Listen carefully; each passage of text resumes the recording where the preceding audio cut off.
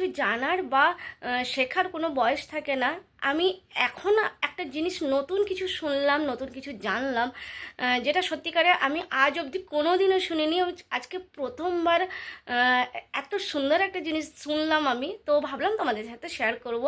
Hello বন্ধুরা, welcome back to my YouTube channel. আশা করি তোমরা সবাই খুব ভালো আছো। গুড মর্নিং তোমাদের সবাইকে। একদম সকালবেলা আমি স্কুল যাব, রেডি হচ্ছি। আর সকালবেলা এখন ছেলে তাড়াতাড়ি বেরিয়ে যায়, 8টার আগে ওকে বেরিয়ে যেতে হয়। আগে আমরা দুজন একসাথে 8:45 বেরোতাম, কিন্তু এখন ছেলে 8টা বাজতে 5 মিনিট বাকি থাকে, ও বেরিয়ে যায়। আর আমি তারপরে বেরোই, আমার টাইমিং ঠিক আছে, যেটা থাকে সেটাই আছে। সেই জন্য আমি আর ছেলেকে ছাড়তেও যেতে পারি না, কারণ ওকে ছেড়ে এসে বাস স্ট্যান্ডে ছেড়ে এসে তারপরে আবার বেরোবো, সেটা হয়ে ওঠে না।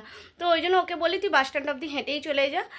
তো বর্তমানে ও হেঁটেই যাচ্ছে। তারপর বাস স্ট্যান্ডে তো বাস আছে, বাসে মানে ওখানকার ওদেরই কলেজের বাস। তো যাই হোক, কি শুনলাম সেটা তোমাদের সাথে অবশ্যই শেয়ার করব। আর আজকে আমি একদম মানে হাতে ঘড়ি ধরা 1-1.5 ঘন্টার মধ্যে আমি কি কি করেছি সেটাই তোমাদের সাথে ব্লগে শেয়ার করছি। 1.5 ঘন্টার মধ্যে কিভাবে ফটাফট আমি রেডি হচ্ছি, কারণ হাতে একটু সময় থাকে না। আর তোমাদের সাথে যে শেয়ার করব সেটুকুও সময় অনেক সময় থাকে না, কারণ আমি যদি শেয়ার করতে যাই, যে কোনো জিনিস শেয়ার করতে গেলে অবশ্যই একটু টাইম লাগে। আর টাইম দেখে যদি করতে যাই তাহলে তখন ঘড়ির কাঁটা দৌড়াতে থাকে আর আমার এদিকে লেট হয়ে যায়। তো সেই জন্য অনেক সময় শেয়ার করতে পারি না। তবে হ্যাঁ, আজকে চেষ্টা করছি ছোট্ট করে তোমাদের সাথে শেয়ার করব। আর মেনলি আমি ওই কথাটা বলার জন্য, তোমাদের সাথে শেয়ার করার জন্য, আমার যখন আমি প্রথম শুনলাম না, আমার নিজের এত ভালো লাগছে যে আমি কখন তোমাদের সাথে শেয়ার করব। আমি ভাবছিলাম ওটা নিয়ে ব্লগ বানাবো, বাট ব্লগ বানাতে পারিনি। তো যাই হোক, তোমাদের সাথে শেয়ার করলে আশা করি তোমাদেরও ভালো লাগবে, এত সুন্দর একটা জিনিস। তো চলো শুরু করছি আজকের ব্লগ। একদম সকালবেলা, এখন প্রায় 6:45 বাজে। এখনও সূর্যি মামা উঁকি দিচ্ছে, কিন্তু এখনও সামনে আসছে না সূর্যি মামা। তো সকালবেলার একদম পরিবেশ তোমাদের সাথে শেয়ার করছি। দারুণ লাগে সকালবেলায় উঠে যদি তোমাদের সাথে শেয়ার করতে পারি। এখনও লোকজন নেই রাস্তায়, একদম ফাঁকা শুনছেন। তো যাই হোক, এবার আমি রান্না চাপাই, কারণ আমার আবার দেরি হয়ে যাবে। ছেলে 8টার মধ্যে বেরিয়ে যাবে খেয়ে দে। তো যাই হোক, আজকে যেহেতু সোমবারের ব্লগ শেয়ার করছি, আজকে তো সোমবার। তো সোমবার মানে পেঁয়াজ রসুন ছাড়াই কিন্তু রান্না হয়। আমি কড়াইতে তেল দিয়ে দিলাম, কড়া একদম গরম হয়ে গেছিলো। তারপরে এবারে একটু গোটা জিরে দিয়ে দিলাম। আমি কিন্তু নর্মালি নিজের মতন করে কিছু একটা রান্না করে নিই, তাড়াহুড়ো করে, তো তখন আর এত পরিপাটি করে হয় না। তো যাই হোক, এখানটায় আদা, কাঁচা লঙ্কা, টমেটো পেস্ট করে রেখেছি, তো সেটাই আমি দিয়ে দিলাম। বাস একটু মশলাটা কষিয়ে নেবো। এবার গুঁড়ো মশলা যা যা লাগে, আমি কিন্তু চিনি দিইনি। নর্মালি আমি অনেক তরকারিতে চিনি দিই, তোমরা জানো। তো যাই হোক, আমি চিনি দিইনি। এখানটায় আমি নুন, হলুদ গুঁড়ো আর লঙ্কার গুঁড়ো জাস্ট সামান্য একটুখানি দিয়েছি, কারণ আমি এতে কাঁচা লঙ্কা বেটে দিয়েছিলাম। তো যাই হোক, এবার জিরে গুঁড়ো, ধনে গুঁড়ো সবটাই আমি দিয়ে দিলাম। এবার ভালো করে মশলা কষিয়ে নেব। কষিয়ে নিয়ে তারপরে আমি কেটে রেখেছি, একদম ছোট ছোট পাতলা পাতলা করে কেটে রেখেছি আলু, গাজর আর ক্যাপসিকাম। ছোট করে এই জন্য বললাম, কারণ ওটা সেদ্ধ হতে অনেক টাইম লাগে, আর আমার হাতে অত টাইম থাকে না। তো এই জন্য দেখো, একদম পাতলা পাতলা করে কেটে রেখেছি। এবার এটা মোটামুটি হতে থাকবে, ঢাকা দিয়ে দেবো। ঢাকা দিয়ে দিয়ে এটা হতে থাকবে। আর এদিকে আমি অবশ্যই ভাত চাপাবো।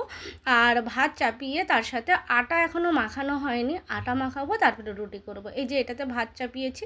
এবারে চলো, এবার রুটিটা করে নিয়ে আটা মাখাতে হবে। আর আমি সবসময় কিন্তু আটা চালুনিতে চেলে নিই, কারণ অনেক সময় অনেক কিছু থেকে যায়। আর যদি নাও থাকে তাও চালনিতে চেলে নেওয়া খুব ভালো। তো যাই হোক, আমি চেলে নিচ্ছি এবার ফটাফট করে, কারণ এইদিকে ঘড়ির কাঁটা দৌড়াতে থাকছে, সেটা তোমরা সবাই জানো। যাই হোক, চেলে নিয়েছি। এবার কিছুটা আটা আমি রুটি বেলার জন্য তুলে রাখলাম। আমি তুলে রাখি সব সময়, কারণ একটু দরকার পড়ে। তো নুন দিয়ে দিলাম, তারপরে জল দিয়ে দেবো।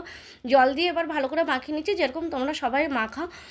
তো যাই হোক, এবার মাখিয়ে নিয়ে একদিকে তো তরকারি হচ্ছে, আর একদিকে ভাত বসিয়েছি, আর একদিকে রুটি করে নেব। আর তার সাথে পরে একটু চা করব। এখনও চা আমি খাইনি, কারণ চা খেতে বসলে দেরি হয়ে যাবে, মেন কথা হচ্ছে এটাই।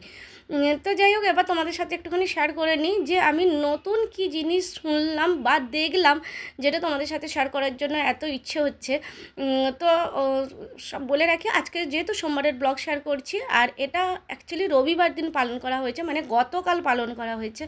গতকাল দেখি আমি অনেককেই বেশ সুন্দর সেজে গুজে, মানে নর্মালি একটা কোনো অনুষ্ঠান থাকলে যেমন আমরা সবাই থাকি, তো তখন আমি মানে হঠাৎ করে সামনে থেকে জিজ্ঞাসাও করা যায় না, কারণ অনেকে অনেক কিছু ভাবে।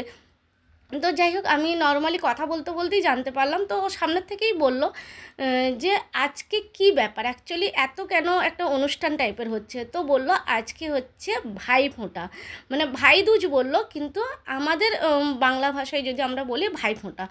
তো আমি তখন রীতিমতন অবাক হয়ে গেলাম যে ভাইফোঁটা, হোলির পরে ভাইফোঁটা কি করে হচ্ছে।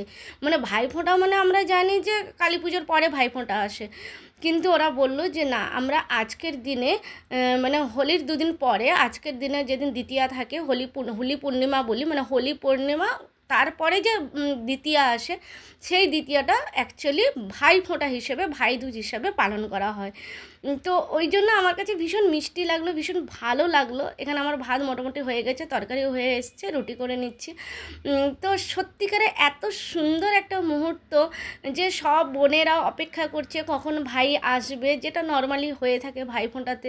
যদি বা আমার ভাইরা দূরে থাকে বা আমি দূরে থাকি বলে আমারও যাওয়া হয় না, ভাইরাও আসতে পারে না। তো যাই হোক, আমি রুটি করে নিলাম, দিয়ে এবার টিফিন ডাব্বায় সব ঢুকিয়ে দেবো, যে যার মতন টিফিন।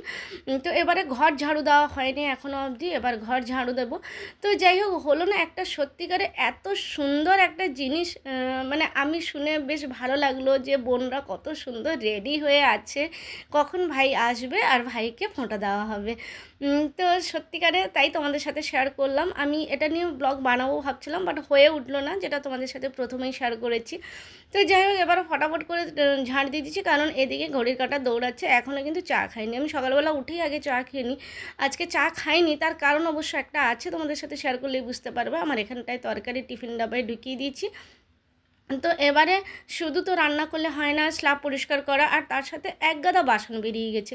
মানে রাতের বাসন রাতেই ধুয়ে রেখেছি, কিন্তু সকালবেলা যে এই যে তরকারি করলাম, তারপরে রান্না বান্না যা যা হলো সমস্ত কিছু আবার এক গাদা বাসন বেরিয়ে গেছে। তো যাই হোক, আজকে ছেলে যেহেতু তাড়াতাড়ি চান করে এসেছিলো, ওই জন্য ছেলে পুজো করে দিল।